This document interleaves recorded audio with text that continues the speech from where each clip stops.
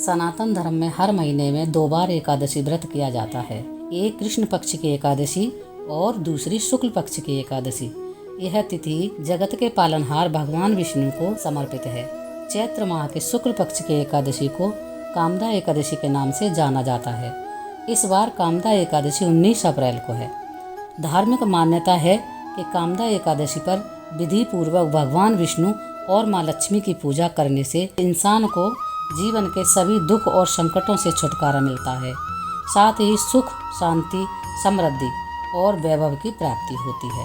चलिए जानते हैं कामदा एकादशी पर भगवान विष्णु और माँ लक्ष्मी की पूजा किस तरह करनी चाहिए। कामदा एकादशी के दिन सुबह उठकर देवी देवताओं का ध्यान करें। इसके बाद स्नान कर पीले वस्त्र धारण करें और चौकी पर साफ सुथरा कपड़ा बिछाकर श्री हरि माँ सर्वलक्ष्मी की मूर्ति विराजमान करें। इसके बाद भगवान को हल्दी, अक्षत, चंदन, फूल आदि चढ़ा दें। अब घी का दीपक जलाकर आरती करें। विष्णु चालीसा और मंत्रों का जाप करें। भगवान विष्णु से जीवन में सुख और शांति की प्रार्थना करें। अंत में प्रभु को भोग लगाकर लोगों में प्रसाद वितरण करें। घी का दीपक धूप जलाकर एकादशी की कथा पढ़कर आरती कर लें। इसके साथ ही शाम को तुलसी माता के सामने घी का दीपक जलाना चाहिए। इससे भगवान विष्णु जल्द प्रसन्न होते हैं। हिंदू पंचांग के अनुसार चैत्र माह के शुक्ल पक्ष की एकादशी तिथि का शुभ आरंभ 18 अप्रैल 2024 शाम 5:13 पर होगा, जिसका समापन 19 अप्रैल को संध्याकाल 8:04 पर होगा। ऐसे में कामदा एकादशी व्रत 19 अप्रैल को किया जाएगा। कामदा एकादशी व्रत पारण 20 अप्रैल 2024 को सुबह 5:50 से सुबह 8:26 के बीच किया जाएगा। कामदा एकादशी का व्रत करने से साधक को 100 यज्ञों के बराबर फल प्राप्त होता है। इस व्रत को करने से व्यक्ति की मनोवांछित कामना पूर्ण होती है, इसलिए इसे कामदा एकादशी के नाम से जाना जाता है। वेदों और पुराणों में बताया गया है कि जितना पुण्य हजारों वर्षों की तपस्या, सोना, मोती दान, कन्यादान से मिलता है, उससे अधिक फल मात्र कामदा एकादशी का व्रत करने से मिलता है। कामदा एकादशी को फलदा एकादशी भी कहते हैं। कामदा एकादशी व्रत कथा। धर्मराज युधिष्ठिर कहने लगे, हे भगवान, मैं आपको कोटि कोटि नमन करता हूँ। आपने चैत्र मास के कृष्ण पक्ष की एकादशी अर्थात पाप मोचनी एकादशी के बारे में विस्तार पूर्वक बताया।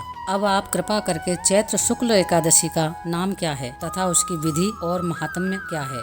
भगवान श्री कृष्ण ने कहा, चैत्र मास के शुक्ल पक्ष की एकादशी को कामदा एकादशी के नाम से जाना जाता है। एक समय की बात है, यही प्रसन्न राजा दिलीप ने गुरु वशिष्ठ जी से किया था और जो समाधान उन्होंने बतलाया वही मैं तुमसे कह रहा हूँ। प्राचीन काल में भोगीपुर नामक एक नगर था।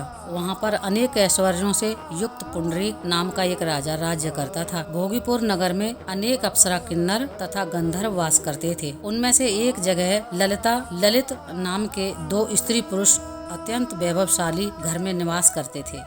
उन दोनों में अत्यंत स्नेह था, यहाँ तक कि अलग अलग हो जाने पर दोनों व्याकुल हो जाते थे। एक दिन पुंडरीक की सभा में अन्य गंधर्वों सहित ललित भी गान कर रहा था। गाते गाते उसको अपनी प्रिय ललिता का ध्यान आ गया और उसका स्वर भंग होने के कारण गाने का स्वरूप बिगड़ गया। ललित के मन में भाव जानकर कारकोट नामक नाग ने पद भंग होने का कारण राजा से कह दिया तथा पुंडरीक ने क्रोध पूर्वक कहा कि तू मेरे सामने गाता हुआ अपनी स्त्री को स्मरण कर रहा है, अतः तू नरभक्षी दैत्य बनकर अपने कर्म का फल भोगेगा। पुंडरीक के श्राप से ललित उसी क्षण महाकाय विशाल राक्षस हो गया। उसका मुख अत्यंत भयंकर, कुल मिलाकर उसका शरीर 8 योजन के विस्तार में हो गया। इस प्रकार राक्षस होकर वह अनेक प्रकार के दुख भोगने लगा। जब उसकी प्रियतमा ललिता को यह वृतांत मालूम हुआ तो उसे अत्यंत खेद हुआ और वह अपने पति के उद्धार के यत्न सोचने लगी। एक बार ललिता अपने पति के पीछे पीछे घूमती हुई विंध्याचल पर्वत पर पहुंच गई, जहां पर श्रृंगी ऋषि का आश्रम था। ललिता शीघ्र ही श्रृंगी ऋषि के आश्रम में गई और वहां जाकर विनीत भाव से प्रार्थना करने लगी। उसे देखकर श्रृंगी ऋषि बोले, हे शुभंगी, तुम कौन हो और यहाँ किस लिए आई हो? ललिता बोली, हे मुने, मेरा नाम ललिता है। मेरा पति राजा पुंडरीक के श्राप से विशालकाय राक्षस हो गया है। इसका मुझको महान दुख है। उसके उद्धार का कोई उपाय बताइए। श्रृंगी ऋषि बोले, हे गंधर्व कन्या, अब चैत्र शुक्ल एकादशी आने वाली है, जिसका नाम कामदा एकादशी है। इसका व्रत करने से मनुष्य के सब कार्य सिद्ध हो जाते हैं।